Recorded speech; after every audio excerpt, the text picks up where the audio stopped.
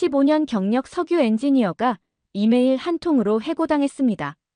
원래 월급의 3분의 1밖에 못 받는 한국 프로젝트 제안을 받았죠.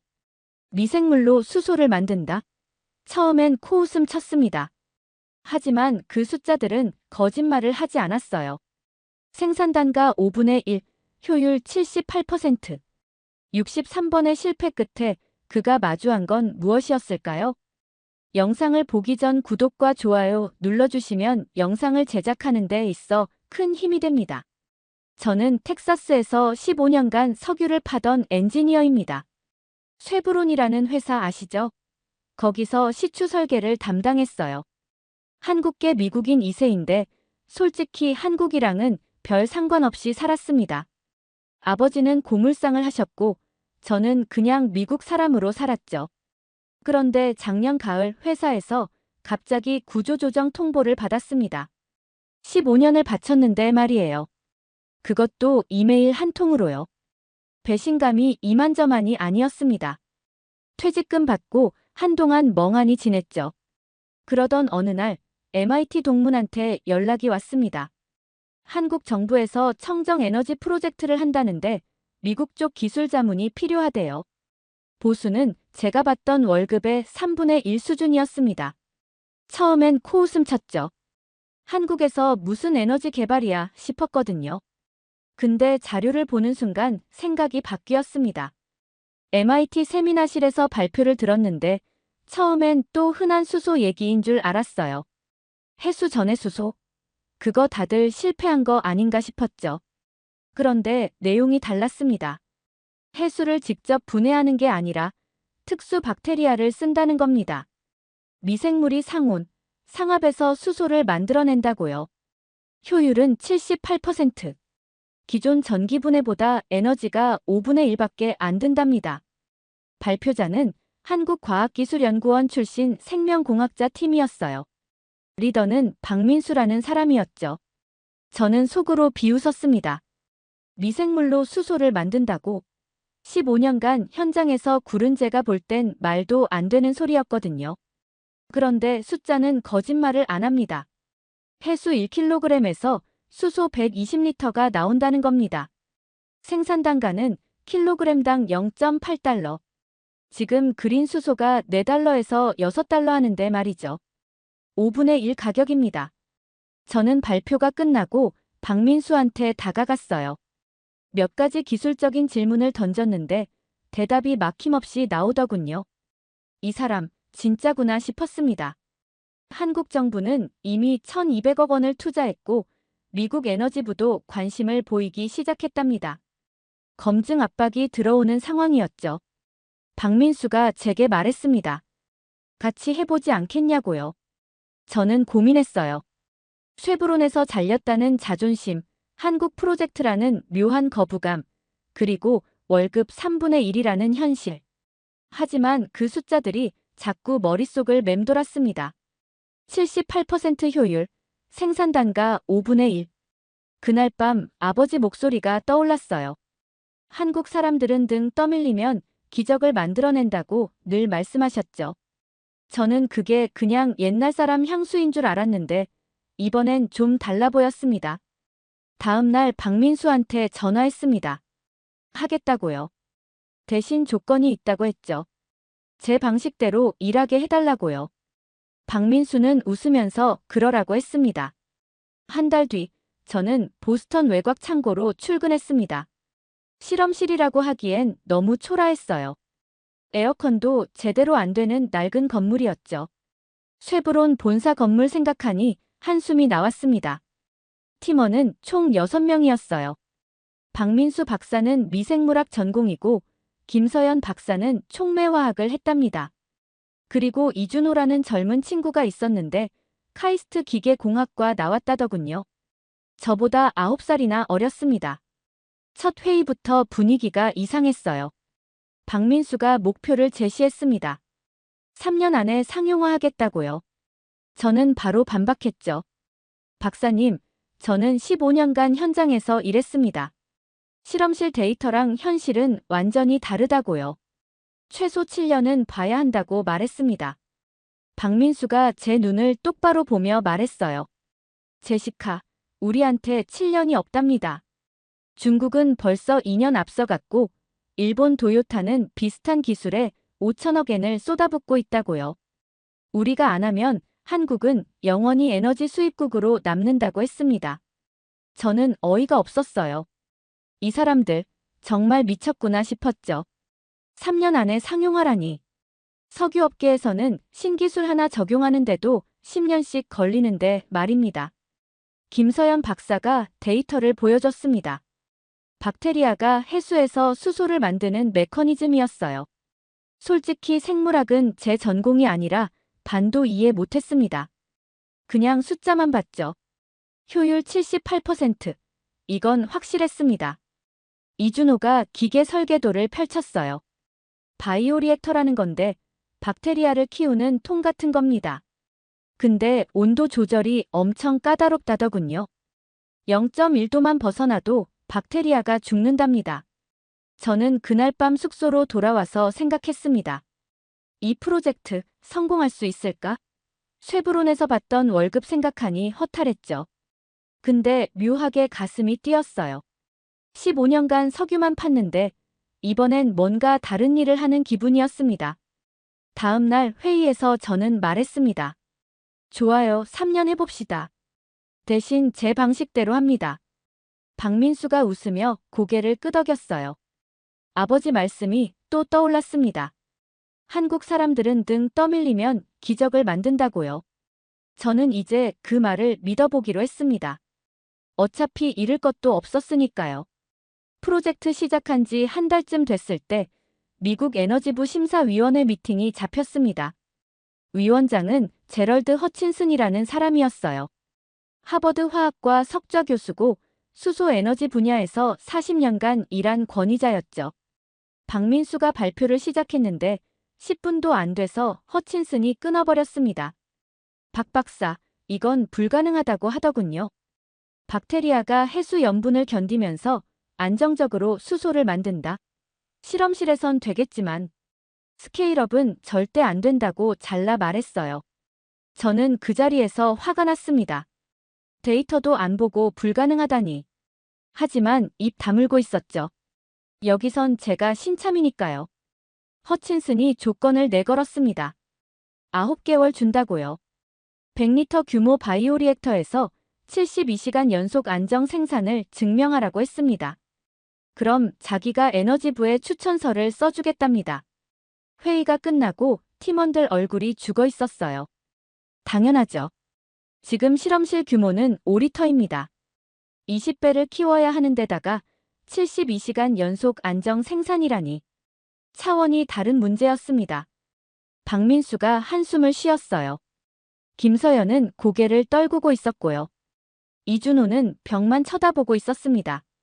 저는 그때 나섰어요. 박사님, 제가 쉐브론에서 해양 플랫폼 설계했습니다. 스케일업은 제 전문이라고 말했죠. 다들 저를 봤는데 눈빛이 달라지더군요. 그날부터 저는 밤낮으로 박테리아 배양 조건을 분석했습니다. 온도 28.5도, pH 7.2, 염분 농도 3.1%.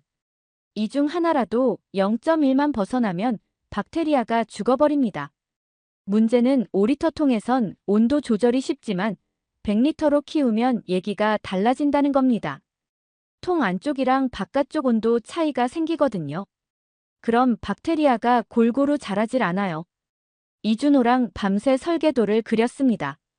이중온도 제어 시스템이 필요했어요. 근데 부품 가격을 보니 기절할 뻔했죠. 한 개에 2,400만 원이었습니다. 실험은 계속 실패했어요. 한 번, 두 번, 10번. 실패 횟수가 쌓여갔습니다. 박테리아는 18시간만 버티다가 죽었어요. 예산은 1,200억 중에서 벌써 340억을 썼습니다. 박민수가 투자자들한테 연락했지만 답이 없었어요. 한국 정부도 결과 나오면 추가 지원 검토하겠다는 애매한 답변만 했죠. 83번째 실패했을 때 팀 분위기가 최악이었습니다. 김서연은 실험실 구석에 앉아서 멍하니 있었고 이준호는 짜증을 내기 시작했어요. 저는 그때 생각했습니다. 이거 정말 될까? 허친슨 말이 맞는 건 아닐까? 하지만 포기할 순 없었어요. 여기까지 왔는데 말입니다. 5개월이 지나고 드디어 100리터 리액터를 돌렸습니다. 팀원들 다 모여서 지켜봤어요. 박테리아가 자라기 시작했고 수소가 나왔습니다. 다들 환호했죠. 근데 18시간 만에 박테리아가 집단으로 죽어버렸습니다. 온도계를 봤더니 문제가 보이더군요. 교반기 진동 때문에 미세한 온도 편차가 생긴 겁니다. 저는 이준호한테 소리쳤어요. 교반 속도를 120rpm으로 낮춰야 한다고요. 그랬더니 이준호가 반박했습니다. 그럼 산소 공급이 안 된다고, 박테리아가 질식한다고 했죠. 우리는 밤새 싸웠습니다. 목소리가 점점 커졌어요. 박민수가 중간에서 말렸지만 소용없었죠. 저도 화가 났고 이준호도 화가 났습니다. 답은 결국 이중온도 제어 시스템과 마이크로버블 산소 공급을 동시에 쓰는 거였어요. 근데 부품이 2,400만 원이나 했습니다. 예산은 이미 바닥났고요. 박민수가 투자자 12곳한테 연락했습니다. 답은 2곳에서만 왔고 투자는 아무도 안 했어요. 다들 결과 보고 결정하겠답니다. 한국 정부도 마찬가지였죠. 저는 그때 박민수가 뭔가 서류를 들고 나가는 걸 봤습니다. 나중에 알고 보니 집을 담보로 대출을 받았더군요. 5,800만 원이었습니다. 박민수가 돌아와서 말없이 통장을 보여줬어요. 저는 그 순간 눈물이 났습니다. 이 사람 진짜 미쳤구나 싶었죠. 자기 집까지 걸면서 이 프로젝트를 하다니. 김서연도 울고 있었어요. 이준호는 고개를 숙이고 있었고요. 저는 그때 깨달았습니다. 이 사람들한테 이 프로젝트는 그냥 일이 아니구나. 한국의 미래를 걸고 있구나. 부품을 주문하고 설치했습니다. 104번째 시도였어요. 리액터를 돌렸는데 이번엔 24시간을 넘겼습니다. 48시간도 넘겼죠. 다들 숨죽이고 지켜봤어요. 그런데 63시간째 갑자기 과열이 일어났습니다. 폭발음과 함께 배양액이 천장까지 튀었어요. 3,200만 원짜리 센서가 고철이 됐습니다. 저는 그 자리에 주저앉았습니다. 이게 63번째 폭발성 실패였거든요. 박민수는 벽에 기대서 있었고 김서연은 바닥에 앉아서 울고 있었어요. 이준호가 조용히 말했습니다. 우리 이거 포기해야 되는 거 아니냐고요. 저는 대답을 못했어요. 솔직히 저도 그 생각이 들었으니까요. 데드라인까지 석 달 남았을 때였습니다. 63번째 폭발 이후로 팀 분위기가 최악이었어요. 실험실 천장엔 아직도 박테리아 배양액 자국이 남아있었죠. 3,200만 원짜리 센서는 완전히 망가져서 고철이 됐습니다. 팀 회의를 했습니다. 김서연이 떨리는 목소리로 말했어요. 저 못하겠다고 인생 7년을 여기 쏟아부었는데 이제 한계라고 했습니다. 눈물이 뚝뚝 떨어졌죠. 박민수는 아무 말도 못하고 고개만 숙이고 있었어요. 이준호도 지쳐 보였습니다. 제시카, 우리 이거 진짜 되는 거 맞냐고 물어봤어요. 저도 확신이 없었습니다. 솔직히 말하면 저도 포기하고 싶었거든요. 저는 한참 동안 침묵했습니다. 창밖을 보니 보스턴 하늘이 흐렸어요. 근데 묘하게 아버지 얼굴이 떠올랐습니다. 고물상 하시면서도 한국 사람은 포기 안 한다고 늘 말씀하셨죠. 입에서 말이 나왔어요. 서연 씨, 저 쉐브론에서 15년 일했습니다. 그거 아세요? 한 번도 이렇게 가슴 뛰어본 적 없어요. 이거 실패해도 후회 안 할 것 같습니다. 박민수가 저를 봤어요. 눈빛이 달라지더군요. 이준호도 고개를 들었죠. 저는 그 순간 결심했습니다.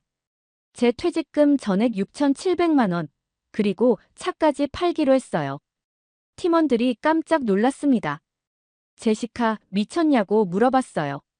그건 너무 위험하다고, 실패하면 당신 인생도 끝난다고 했죠. 저는 웃으면서 말했습니다. 이번이 마지막이에요. 티타늄 합금 리액터를 커스텀 제작하는 겁니다. 박민수가 제 어깨를 잡았어요. 제시카, 고맙다고 했죠. 김서연은 또 울었습니다. 차를 팔러 갔을 때 딜러가 물어봤습니다. 급전 필요하냐고요. 저는 고개를 저었죠. 더 중요한 일이 있다고 했습니다. 3주 뒤 새 리액터가 도착했습니다. 티타늄 합금으로 만든 100리터짜리였죠. 무게만 120kg이었어요. 설치하는 데만 이틀이 걸렸습니다. 오전 9시 리액터를 가동했습니다. 다들 말없이 지켜봤어요. 온도계가 28.5도를 가리켰고 폐하는 7.2였습니다. 박테리아가 자라기 시작했죠. 24시간이 지났습니다. 아무 문제 없었어요. 48시간도 넘겼습니다. 팀원들이 조금씩 희망을 갖기 시작했죠. 72시간 목표를 넘어섰을 때 김서연이 작게 환호했어요. 84시간째, 저는 수소 순도를 측정했습니다. 99.7%였어요. 효율은 81%. 목표였던 78%를 넘긴 겁니다. 박민수가 제 어깨를 두드렸습니다. 이준호가 웃으면서 말했어요. 제시카, 당신이 해냈다고요. 저는 고개를 저었죠. 우리가 해낸 거라고 말했습니다. 그날 밤 저는 아버지한테 전화했어요. 아빠, 한국 사람들 정말 대단해요. 아버지는 웃으며 말했습니다. 그래, 내가 이제 알았구나. 드디어 데드라인 당일이 왔습니다. 에너지부 공식 검증 시연회였어요.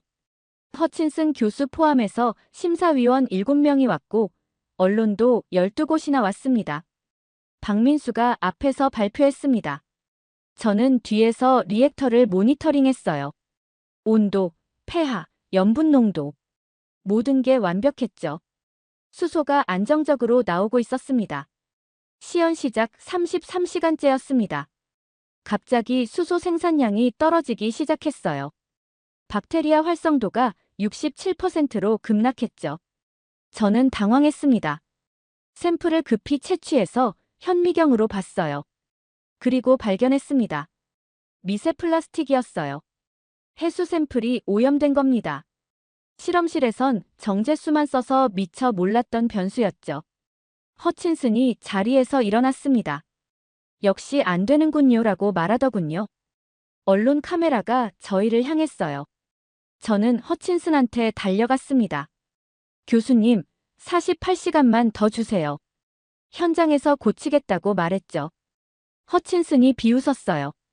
48시간 안에 어떻게 고치냐고 했습니다. 저는 제 경력을 걸겠다고 했어요. 15년 경력 다 걸겠습니다. 허친슨이 한참 저를 보더니 고개를 끄덕였습니다.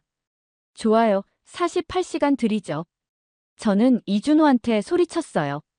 나노필터 모듈 만들 수 있냐고요. 이준호가 대답했습니다. 24시간 안에 만들어 보겠다고 했죠. 밤새 작업했습니다. 저는 쉐브론 시절 해양 플랫폼 경험을 총동원했어요. 염분 센서를 개조해서 미세 플라스틱 감지 시스템으로 바꿨습니다. 김서연은 나노섬유 필터를 설계했어요. 박민수는 박테리아 회복 프로토콜을 짰죠. 다들 잠도 안 자고 일했습니다. 48시간 뒤 재가동했습니다. 나노필터가 미세 플라스틱을 걸러냈어요. 박테리아 활성도가 다시 올라가기 시작했죠. 72시간, 84시간, 96시간. 96시간 연속 안정 생산. 수소 순도 99.8%. 효율 82%. 심사위원들이 박수를 쳤습니다. 마지막 날 허친슨이 제 손을 잡았어요. 미안하오. 당신들이 해냈소라고 말했죠. 추천서는 내일 에너지부에 제출하겠다고 했습니다. 저는 그때 울었어요. 15년간 석유 파면서 한 번도 안 울었는데 그날은 참을 수가 없었습니다. 검증 통과하고 2달쯤 지났을 때 제안이 쏟아지기 시작했습니다. 한국 정부에서 먼저 왔어요. 추가로 2,800억 원 투자하겠다고 울산의 실증 플랜트 부지도 제공하겠다고 했죠. 그 다음엔 도요타였습니다. 기술 라이선스 계약 제안이었어요. 1,600억 원 규모였죠. 일본 회사가 한국 기술을 사겠다는 겁니다. 사흘 뒤엔 사우디 아람코에서 연락이 왔습니다. 합작법인 제안이었어요. 2,700억 원 투자하고 중동 해수 공급 독점권을 주겠다고 했죠. 팀 회의가 열렸습니다. 박민수는 한국 정부와 가야 한다고 했어요. 이준호는 도요타가 현실적이라고 했습니다. 김서연은 아람코를 밀었어요. 저는 사흘간 말을 안 했습니다. 쉐브론에서 15년 일하면서 배운 게 있었거든요. 석유 회사들이 어떻게 기술을 빼먹는지 말입니다. 나흘째 되는 날, 저는 입을 열었습니다.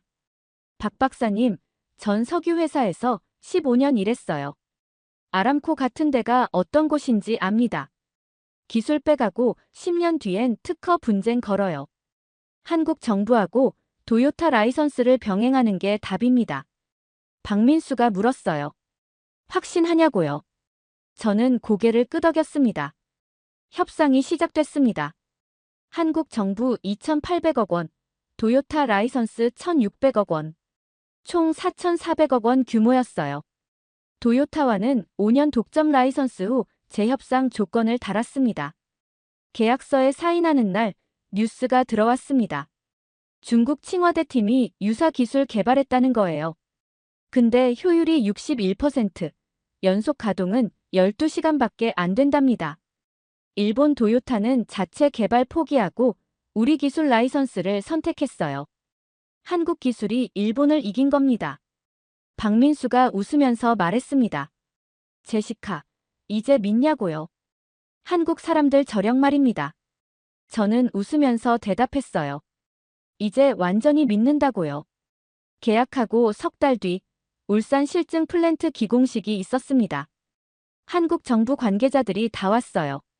저는 그 자리에서 연설을 했습니다. 한국어로요. 연설 끝나고 저는 보스턴으로 돌아왔어요. 그 낡은 창고 실험실로요. 벽에 포스트잇이 하나 붙어 있더군요. 63번째 실패. 제시카, 이번이 마지막. 저는 그걸 떼어서 한참 봤습니다. 그때가 더 순수했다는 생각이 들었죠. 핸드폰이 울렸습니다. 박민수였어요. 제시카, 한국 정부에서 새 프로젝트 제안 들어왔다고 했죠. 제주도 해상 부유식 수소 생산 플랫폼이랍니다. 총괄 엔지니어로 당신을 원한다고 했어요. 저는 웃었습니다. 또 시작이네요 라고 말했죠. 저는 팀 단톡방에 메시지를 보냈습니다. 여러분, 다시 한번 불가능에 도전할 시간입니다. 이번엔 바다 위에서요. 김서연이 답장했어요. 또 미치러 가는 거냐고요. 이준호는 웃는 이모티콘을 보냈습니다. 다들 준비됐다는 뜻이었죠. 저는 창 밖을 봤습니다. 보스턴 하늘이 파랗더군요. 15년 전 쉐브론 입사할 때도 이렇게 파란 하늘이었어요. 근데 지금은 기분이 완전히 달랐습니다. 아버지한테 전화했습니다. 아빠, 저 한국 프로젝트 계속할 거예요. 아버지가 웃으며 말했죠. 그래, 내가 드디어 내 뿌리를 찾았구나. 저는 거울을 봤어요. 38살 제시카리. 한국계 미국인. 이제 저는 제 정체성을 알았습니다. 저는 한국의 기술로 세상을 바꾸는 엔지니어였어요. 포스트잇을 가방에 넣었습니다. 63번째 실패. 이게 제 훈장이었죠. 64번째엔 성공했으니까요. 문을 닫고 나오면서 생각했습니다. 다음엔 또 몇 번을 실패할까? 근데 상관없었어요. 다시 일어서면 되니까요. 한국이 제4의 에너지를 개발했습니다. 그리고 저는 그 역사의 한 페이지에 있었어요. 석유 파던 미국 엔지니어가 한국 기술로 에너지 혁명을 만들었죠. 이제 바다 위로 갑니다. 저는 준비됐습니다. 63번 넘어져도 64번째에 일어서는 사람. 그게 바로 저니까요. 그게 바로 한국이니까요. 이번 사연은 여기까지입니다. 오늘 사연은 어떠셨나요? 오늘의 사연이 마음에 드셨다면 좋아요 한번 부탁드립니다. 여러분의 좋아요와 구독은 영상을 만드는데 큰 힘이 됩니다. 긴 영상 시청해주셔서 감사합니다. 오늘도 행복이 넘치는 하루 되세요.